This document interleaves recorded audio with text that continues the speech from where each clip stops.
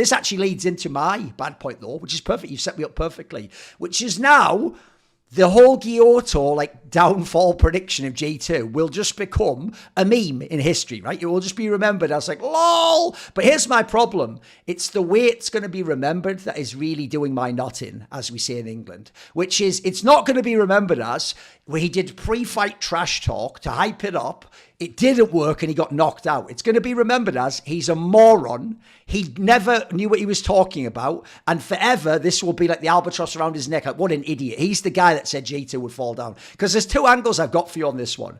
So one goes like this.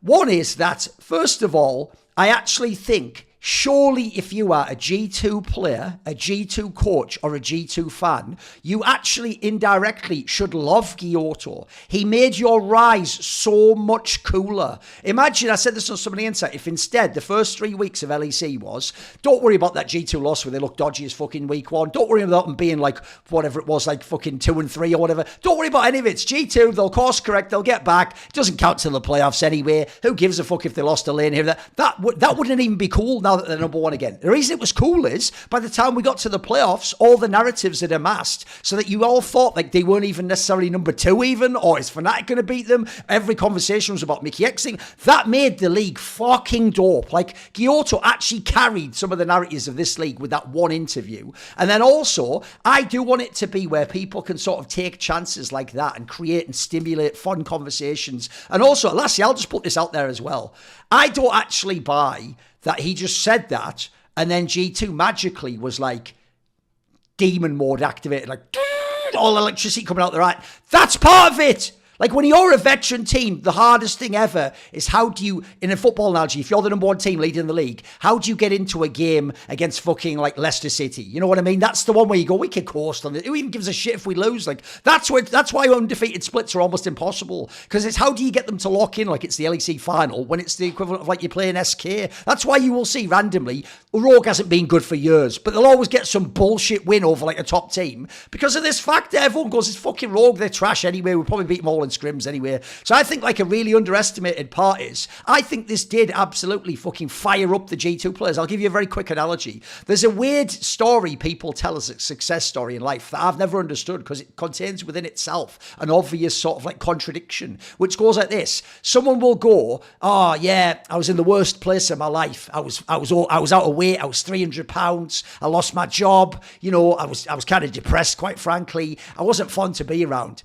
And my wife, she just took the kids. She left. She found another guy. Well, you know what? I've been in the gym since then. I'm fucking, look at this. This is what she's missing. I've got my own little job. I started a business. I'm an entrepreneur. I'm dating this new like 25-year-old woman. She's way better anyway. Yeah, well, this is what you're missing, love. It's like, that isn't what she's missing. You just admitted yourself there. You only did all that shit because she left. That was the breaking point. It was when she left that you had to go, fuck, I've hit rock bottom now, haven't I? I better fucking get my shit together. I think in a weird way, if no one had said anything, here's the analogy. You know all those great stories of like football and fucking basketball where it's like, and then Michael Jordan was having an all right game. So then the guy who was like the rookie having a good game was like, hey, Mike, I guess you're not the fucking best anymore. And then it's like, and then he scored 40 points and won the game. And you're like, why did you say that to him? Like people think that's like a meme. No, like in this analogy, like you'd almost have been better as a league getting together a cartel, the anti-G2 cartel. And all you do every week after those games is go, you guys almost had us. You know what? I still think you're going to win the league. That would have like actually fucking like soft sold them. They might have actually continued this shit, at least in round one of the bloody playoffs, which either way it happened to be playing you.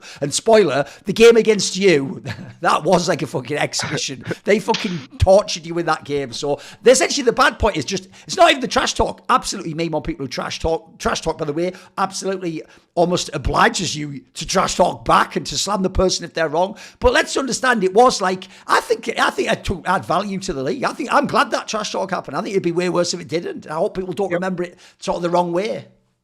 Yep. You want to go first, Jason? Go Yeah. I mean, I've talked about Guilhoto already, right? So it's one of those that I I think this guy is very good. He's very good as a coach. He brings the quality that a lot of coaches. So you have like your Dylan Falcos who are like the strategic kind of genius, and they're very good at coordinating the strategic elements of a team. Guilhoto is very good at being the heart and soul of a team. If you have the right players, I think he's a very European coach for European players as well, right? And there are reasons why I think he could have succeeded more in NA, but I think the European culture is exactly where he is. The way he gives feedback to players, the way he trash talks, and his trash talk, he even trash talks his own players as well in a very calculated manner. He True. knows what he's doing, right? Yeah. If you talk to some of his ex-players, they'll come up with these insane stories about the shit that he'll say to them, but it's like, oh, Guillermo say these things to me and I completely lost my confidence. It's like he said these things to me and it made me think about something, it made me realize something I think about he even said he myself. challenges people in practices and stuff, and like we'll have like an argument with people and stuff. Yeah. Yep. I mean, I think people forget that he was top 4 in EU Masters, right? Last split with Heretics, but with the Heretics ERL team that was like had a lot of like proper rookies on it, right? So it was he did a good job last split. I think my one criticism of Guilhoto is that him and I think Grabs is another one like this. They go out and they bat very, very hard for their players. And like sometimes as a coach, if you do that, you get clowned on. Like another one is Pad, with the Hylissang making space, I'm not even going to talk about Vitality for this playoffs because holy moly.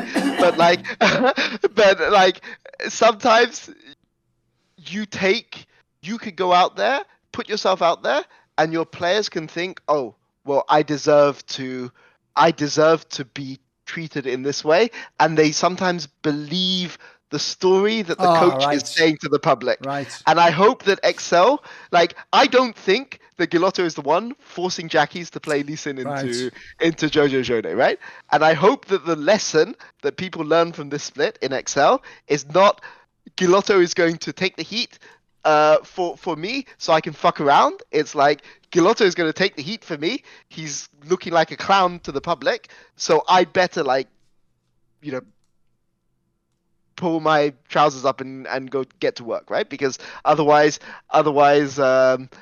he's going to be left out to dry, and that to me would be rough because I don't think he's the one. Like, to be clear, when I'm criticizing Giant X, I don't think it's on Guilhoto. I think it's on Jackies against Koi, and I think it's on the entire team just thinking Heretics is trash and not bothering to do any prep against Heretics. And I don't think that is all.